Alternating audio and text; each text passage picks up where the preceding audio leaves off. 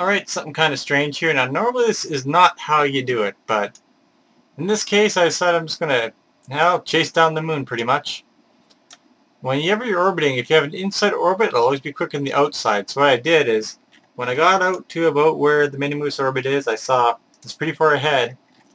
So I brought myself on an inside orbit and just kind of adjusted it till it caught up. So, well, hopefully they brought a week's worth of food because that's how long this mission's going to take. Now if I had gone the other way, you know, if I missed, it would be a lot quicker because I won't be chasing it, I'd be intersecting it. So even if it was this much time, well, probably take the same amount because I would have been going this way instead of this way. But either way, we're going to catch the moon here.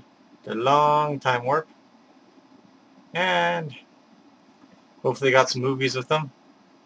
Plug on board, let's see how crazy these guys are. Wow, they actually are pretty calm. They're not freaking out. Surprising, a lot of fuel left. You see, I did have to jettison that one stage, but again, for Minimus, that's not a big deal. You can see the orbit path's not that fast, so it won't take that much to decelerate down. And also, landing won't take much fuel because, again, you won't accelerate very much on the planet, so you won't have to be fighting the pull of gravity. So, once we get up there, it should be a pretty easy orbital to catch. You have a long path I can use to catch my orbit. Won't take too much. We'll see what it looks like when I get my capture there. Doo-doo-doo. Sailing, sailing. Space junk orbiting planets. There's my remainders of that booster. Ah, science the way it's supposed to be. Random captures. Ooh, actually, that's almost an orbit by itself. Oh, maybe not quite. It's barely a catch. You can see when I get in there, it'll just kind of pull me in right into the planet. Theoretically, I actually could land with this, but one of the things I want to show is about how to kind of control your own landing location, which is half the fun of this. Because if you can control where you land, it's a lot nicer. You can set up all sorts of little bases or choose that cool spot to land at. If you just kind of land randomly, well, you could land on the side of the hill or in a canyon or some other place that makes your rocket like to explode. Catch up to the moon. Actually, let's take a look at that. That's what it looks like when I'm flying towards it. Oop, there's Kerbal. Oh, where are you, Minimus? There's the sun. Oh, there you are. It looks like it's far away, but it's actually quite a small planet. Not sure what the exact distance is to it, but through the magic of time warp, we can get nice and close. Now the gimbal's reset itself for this orbital path. You can see I still have that orbit, but we'll get ourselves a nice landing here. Now first thing is, you'll see I'm actually not quite moving fast enough to capture orbit, so I'll need to get a little bit of speed just to give me a good point. Ah, darn time warp, don't turn off all the way. I really got to focus on that. One of these days it will get me blowed up. Fortunately at these low speeds there's not much of a difference. You can see I'm almost stalled actually in this orbit. It's barely pulling me in, which is why I'll crash into a planet. But you can see how little speed it actually takes to capture Minimus. So we'll get ourselves enough room. Now it may seem odd to go so far out. With Moon I like to be 100,000. With Minimus we can probably go to 20,000 before I hit the brakes. That just allows me time to get myself oriented, any deceleration that's needed. And we'll time warp ourselves right into there. Let's do the time warp again.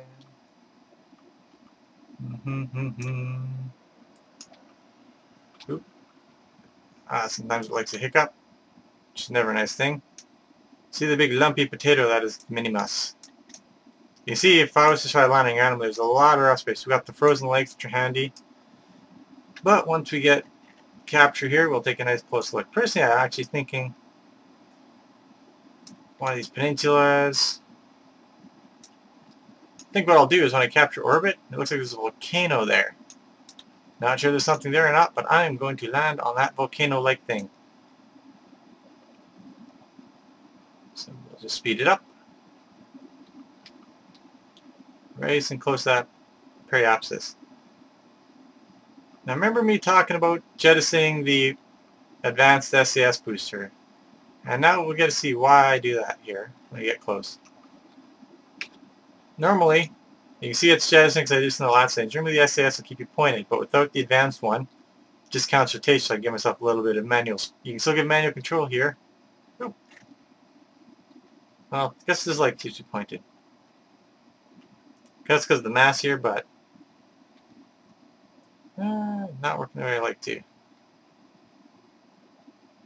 Give yourself some yaw and it'll kind of wobble and wobble back. Not sure why it's doing that. Usually I can... When I'm using the lander stage, when I figured this out, I was able to spin it. It was counter. One will give some counter too, but not sure how it works. Either way, it's less weight, and I should get focused on my braking. Where is that braking point? Should be on the horizon somewhere. Let's see if I'm coming at 90. Should be at 270. Yep, 270. There we go. See, I'm only moving 260. Not a whole lot of speed, so it won't take much fuel to slow this down. You can see it's wrapped itself in really quick. We're bringing it down to around the 20,000. I'm not too worried about it. Again, this is captured for orbit. People want it, I can do an advanced orbital. I've actually done orbits where there's only maybe a 40-meter variance between both ends, and that's just simply because the programming can't get more precise than that. These things start flopping around so bad you can't even know what your actual orbit is. But you can get some really nice precision on these orbits with the right techniques. But using the RCS thrusters and stuff like that. So I try to do the kind of flip-flop around. Getting close. Yeah, that's good enough. Actually, since we're doing the precision thing, let's see here. What I'm actually going to do is, because this is my high one, this is my low one, I'll actually burn towards the planet. And this will cancel out the outwards inertia without canceling my orbital speed. It'll kind of, what I'm going to do is I'm going to try to freeze my orbit at the current height. So this is the advanced orbiting stuff. You can see I'm burning towards the planet. See how this is going down. This should be going up. Yep, there we go. So what you can do is you can kind of tweak it like this. So when they're kind of perpendiculars, I can do that. At 22, 18, I can do another horizontal burn. Now if I wanted a specific altitude, I'll do this until one of these points where I want it at. And then what I'll do is then I'll just drift around to there and then use my braking acceleration to kind of freeze that orbital altitude. This way it kind of works too if you're already at that altitude. See, I can freeze myself currently at 2249 if I wanted, but see if I can get that. Oop. See how quickly that flipped. I wasn't quite paying attention, so I'll use my RCS thrusters. Get some brakes on it. Oops, I think I jettisoned those things. And I jettisoned them, so I can't do the advanced orbiting, but I can use my RCS thrusters, for example, say to a little bit of braking there. You see how they start twitching because not sure how the coding works, but no, they just start twitching. It gets to the point where it's actually just almost goes schizophrenic. Oh, I'm not sure that's the right term, but tap the gas a little bit. Oop. And you see, they just get so sensitive that, oh, you can see, very nice orbit. You can do these on all the planets. And now I'm going to align this up with that volcano-y thing. I want to call it a volcano because I can. Because I'm flying south, I'm going to want to add me some inertia to the North Pole, so I'll allow myself up north. Doesn't matter what your orbital path is, north or south, straighten your orbits. You might get some speed difference. You can adjust that later. Swing it down. And there we have it. Now, as I get onto the other side, I might need to do more adjustments. But for now, that's looking pretty good. Another little speed burn to get my speed back up there, because I did burn off some speed. Not too major. But again, I like to have a little bit of altitude, just give myself maneuvering room, especially on Moon. Moon's like really nice to have that maneuvering room to get, in case you want to do any speed adjustments. And there you go. So what I'll do is I'll give it a little speed burn around the Moon. Unfortunately, I can't go too fast, but that's right. Another advantage of being close and it takes a lot less time to go around the planet, which means it won't rotate out of your orbital path. If you're way far out, the spinning of the Moon itself will actually disrupt your glide path. And here we go around. Da, da, da, da. Getting bored, waiting for orbiters to go around. I might surf the internet, watch TV if I can't get my high speed, but in this case I'm with you guys, so I'll subject you to horrible singing. Because what is Play video without horrible singing. Alright, and we'll slow it down as we get close. Now I get nice and close because no matter what, you're going to have to remove your horizontal speed. Unless you have a horizontal lander, like a space plane or something, which are pretty tough with the atmosphere. You have to get rid of the speed anyway, so I like to wait until I'm right close above, and I get rid of most of my speed, so it's not much of a deal as I'm coming in for my landing. It makes it easier to know what your landing velocities are. So, get in close, and just crank on the brakes. And you can see my speed will just almost drop to nothing. But what I'll do is then I'll be nice, straight down landing. I have to rest gravity is all it is. And that's not too big of a deal. I brought lots of fuel, I hope. Zoom in, take a look there. And presto! And as I come down, if we get any adjustments that are needed, you can see I got that big mole there. That's an ugly thing, isn't it? So I get this thing some proactive or whatever it's called. I'm going to do a quick pause here and then get myself some drinks and be right back. Alright, you're back. I've dropped a bit of altitude here to save you the boring acceleration, landing speed. At this point, we can put our gears out. And there we go. And we'll start prepping landing. Now, again, what I was experimenting with didn't quite work as well, but having that standard SAS still works. I'm going to give it a little speed here to rest some of this horizontal speed. Or some of this vertical speed, I should say, sorry. I still want to go horizontal, so I'm actually not going to line straight up, because I want to keep that inertia going. Now we'll give it a nice bigger boost there to cut some of the speed down. What I'm going to do is I want to check my glide path on the map here, so I don't want to crash when I'm not paying attention. And yeah, still looks like I'm on path there. Now, fortunately, your little counter objective dot, well, it makes it real easy to control which direction you're heading. It's a way to get nice precise landings. It's pretty much, if I'm not going over far enough, I go on the opposite side of my center line, and it'll actually decelerate me while giving me some horizontal that way. Or I can go same alignment, like if I wanted to rest more of the horizontal speed, I can point there, pass it, or if I wanted to rest more of my vertical speed as opposed to horizontal, I kind of go in between. Now, it's kind of a nice way to balance and control it. From here, if you wanted to say trying to guide independent of these, it gets a bit tricky. It's nice to have a horizontal one. You can kind of fly it like it's a plane. But for the case of this, well, we're pretty much good like this. And then check the map again. A bit paranoid about landing, but I do want to get actually a little bit more of that horizontal speed here. So what I'll do is I'll go that way. And I'll decelerate my speed, but it'll still accelerate me horizontally. And you gotta watch that because you don't want to start going up backs, which I'm about to do there. You can see I got had about 9 meter orbital speed, pretty easy to counter. If I was coming at a steep angle, you might have 100 meters per second to cancel. And when you suddenly get close to the ground, that gets not, well, very tough. It's not something you want to have to do.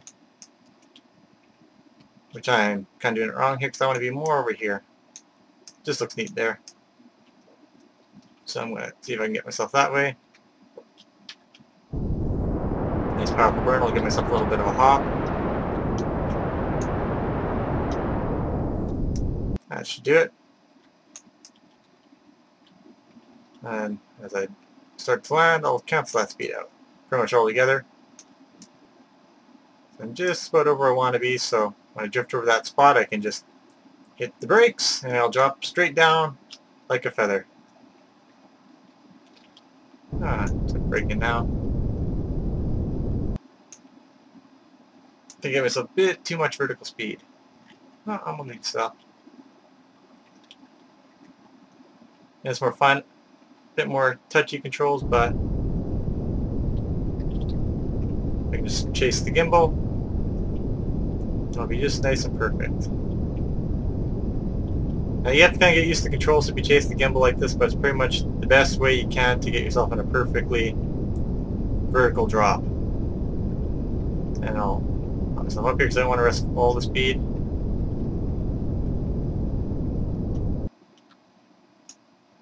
So I'll drop some more. And now I'll pretty much be sitting down right where I'm looking down at. Horizontal speed likes to break parts, so that horizontal speed will help. Nice smooth landing.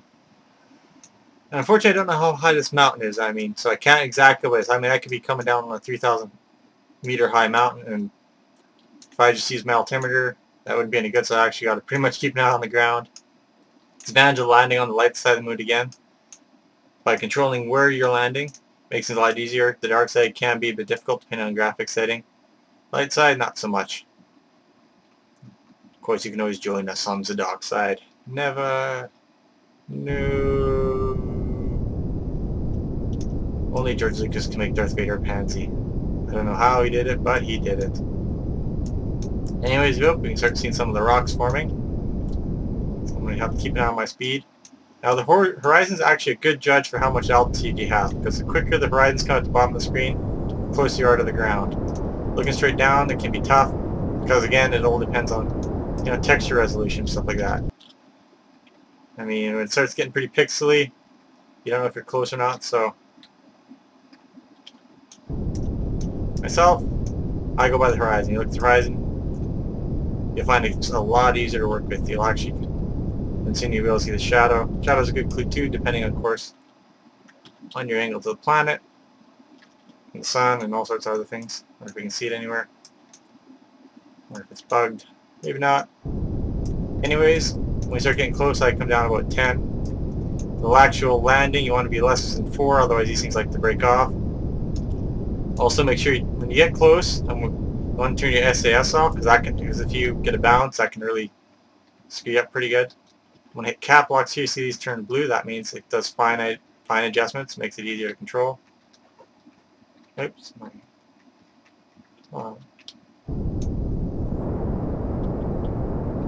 It keeps going on. I don't want it on. I don't want SAS on. I don't know why I kept hopping on. I guess the controls are slow responsive. Oh, there's my shadow. It's going to meet shadows. Let's play the throttle, keep it nice low speed. I keep it R. I should reverse those maybe. It makes things easier. The throttle. Chase the gimbal. Patience is important, and as soon as you touch down, shut off your engines, and voila! We are on the giant pimple of the Minimus. And you can see I chose exactly where I wanted to land. Nice precise. If I had another structure here I wanted to join up with, I can meet up with it. Works really well. And now I'm going to take another break here. Have some other stuff to do. And it'll only be an instant for you, but it might be a while for me. And then when I come back, we'll be taking off. So in just a second here, we'll be launching. And just I don't know how long for me, we'll be launching.